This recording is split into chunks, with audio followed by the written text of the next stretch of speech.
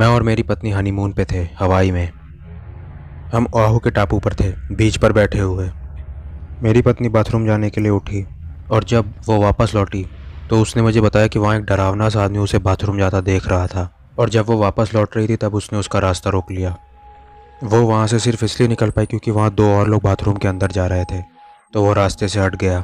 मैंने उससे पूछा कि वो आदमी कैसा दिखता था और उसने उस तरफ देखा, पर बदकिस्मती से उसने कहा कि वो जा चुका है।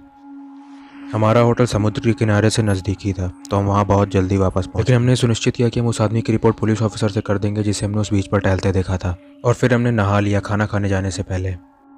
हमने एक फैंसी सी फूड प्लेस पे खाना खाया और उसके बाद इधर उधर थोड़ा टहला भी। आधी रात के करीब हम अपने कमरे पर वापस आ गए और सब समेटना शुरू कर दिया। और तब हमें अपने दरवाजे पर खटखटाहट सुनाई दी। मैंने दरवाजे के पीप होल से झाँक कर देखा और देखा कि एक आदमी मेड यूनिफॉर्म में दरवाजे के बाहर खड़ा हुआ है। मैंने दरवाज़ा खोला और उसने तुरंत ही खुद को अंदर लाने की कोशिश की।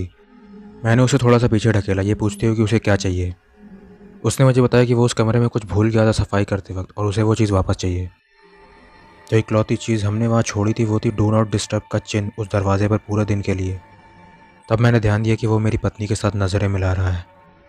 मेरी पत्नी ने तब चिल्लाया, यही है वो आदमी।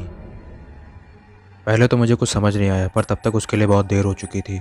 वो आदमी पहले ही मेरी तरफ कूद पड़ा और उसके एक हाथ से मेरी गर्दन पकड़ ली और अपने दूसरे हाथ को अपने शरीर के पीछे ले जाने लगा। उसने चाकू बाहर निकाल ली और मेरी तरफ उसे लहराने लगा।